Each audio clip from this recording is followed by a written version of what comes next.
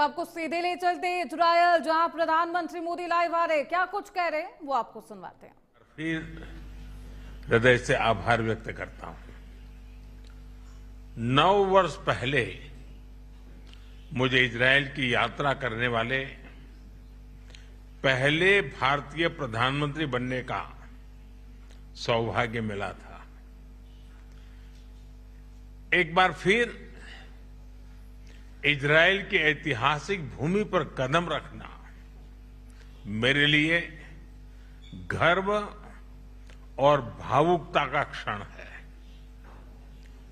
कल मुझे इजरायल के पार्लियामेंट को संबोधित करने का अवसर मिला। वहां मुझे speaker of the Knesset medal से भी सम्मानित किया गया। मैं इस सम्मान के लिए क्नेसेट स्पीकर महोदय, मेरे मित्र प्रधानमंत्री नेतन्याहू और इजरायल के लोगों का हार्दिक आभार व्यक्त करता हूं और इसे 140 करोड़ भारतवासी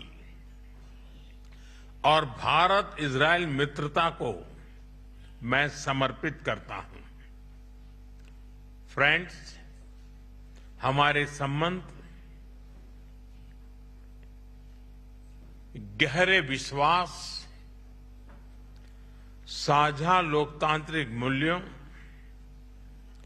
और मानवीय संवेदनाओं की मजबूत आधारशिला पर आधारित है, उस पर स्थापित है। हमारे रिश्ते समय की हर कसौटी पर खरे उतरे हैं। आज हमने अपनी टाइम टेस्टेड साझेदारी को स्पेशल स्ट्रेटेजिक पार्टनरशिप का दर्जा देने का ऐतिहासिक निर्णय लिया है। यह निर्णय दोनों देशों के लोगों की आकांक्षाओं का प्रतिबिंब है।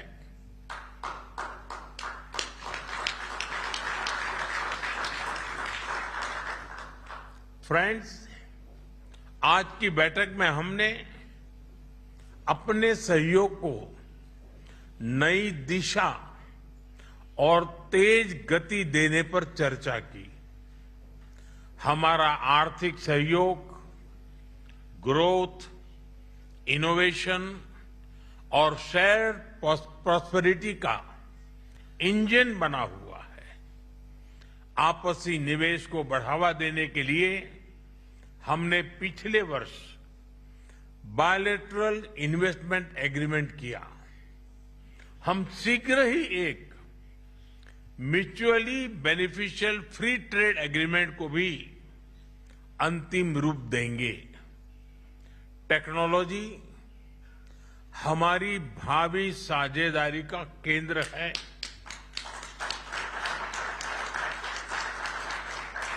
आज हमने critical and emerging technology partnership स्थापित करने का निर्णय लिया है। इससे एआई, क्वांटम और क्रिटिकल मिनरल्स जैसे क्षेत्रों में सहयोग को नई गति मिलेगी। मुझे खुशी है कि इजरायल में यूपीआई के इस्तेमाल के लिए समझौता किया गया है। डिजिटल हेल्थ के क्षेत्र में भी हम अपने अनुभव साझा करते हुए लोगों के जीवन में सुधार लाने के लिए प्रतिबद्ध हैं। रक्षा के क्षेत्र में हमारा दशकों पुराना विश्वसनीय सहयोग रहा है। पिछले वर्ष हुए एमओयू से इसमें नए आयाम जुड़ेंगे। हम मिलकर ज्वाइंट डेवलपमेंट, ज्वाइंट प्रोडक्शन और ट्रांसफर ऑफ टेक्नोलॉजी की दिशा में आगे बढ़ेंगे। साथ ही हम सिविल न्यूक्लियर एनर्जी और स्पेस जैसे क्षेत्रों में भी सहयोग आगे बढ़ाएंगे।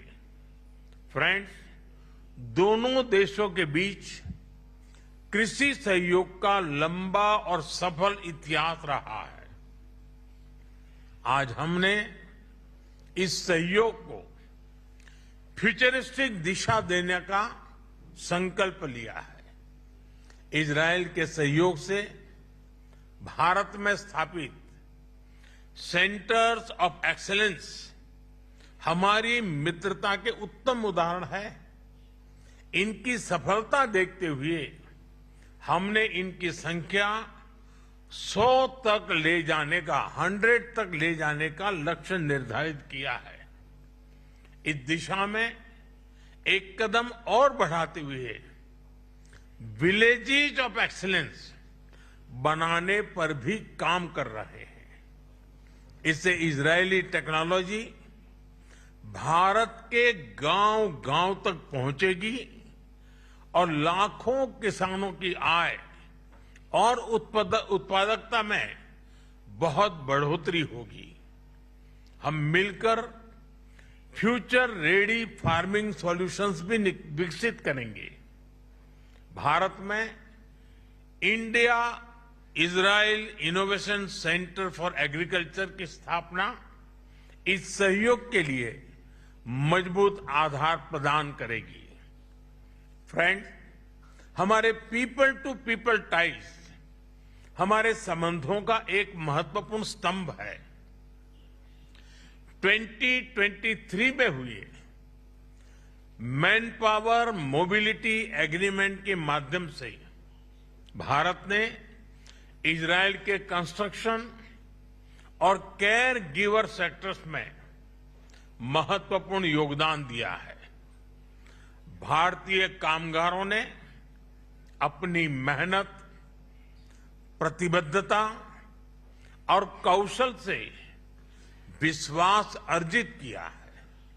मुझे खुशी है कि इस सहयोग का विस्तार कॉमर्स और सर्विसेज जैसे क्षेत्रों में भी किया जा रहा है। दोनों देशों के युवाओं, रिसर्चर्स और इनोवेटर्स को जोड़ना हमारी मुख्य प्राथमिकता रही है। इस दिशा में आज हम इंडिया इजरायल एकेडमिक फोरम की स्थापना कर रहे हैं। फ्रेंड्स, आज हमने क्षेत्रीय एवं वैश्विक मुद्दों पर भी व्यापक चर्चा की। क्षेत्रीय कनेक्टिविटी को बढ़ावा देते हुए हम India middle east Europe economic corridor IMEC और इंडिया इजराइल यूएई यूएसए यानी I2U2 पर नई गति से आगे बढ़ेंगे। फ्रेंड्स, भारत और इजरायल पूरी तरह से स्पष्ट है कि आतंकवाद का दुनिया में कोई स्थान नहीं है। किसी भी रूप में, किसी भी अभिव्यक्ति में आतंकवाद को स्वीकार नहीं किया जा सकता। हम कंधे से कंधा मिलाकर आतंकवाद और उनके समर्थकों का विरोध करते रहे हैं और आगे भी करते रहेंगे।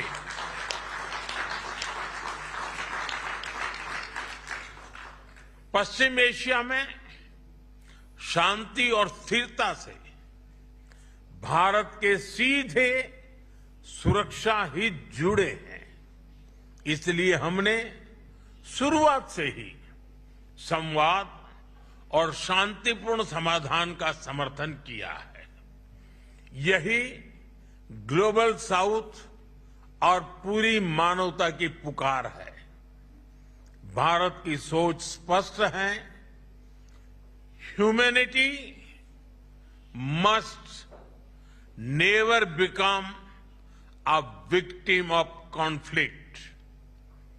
गाजा पीस प्लान से शांति का एक रास्ता बना है। भारत ने इन प्रयासों का पूर्ण समर्थन किया है। भविष्य में भी हम सभी देशों के साथ संवाद और सहयोग जारी रखेंगे। एक्सेलेंसी, माय डियर फ्रेंड, आपकी आत्मीयता और गर्मजोशी ने मेरी यात्रा को यादगार बना दिया है। मैं एक बार फिर आपसे और इजराइल के लोगों से जो प्यार मिला है, जो स्नेह मिला है, जो सम्मान मिला है, इसके लिए हृदय से बहुत बहुत आभार व्यक्त करता हूं। बहुत बहुत धन्यवाद। तोदा रब्बा।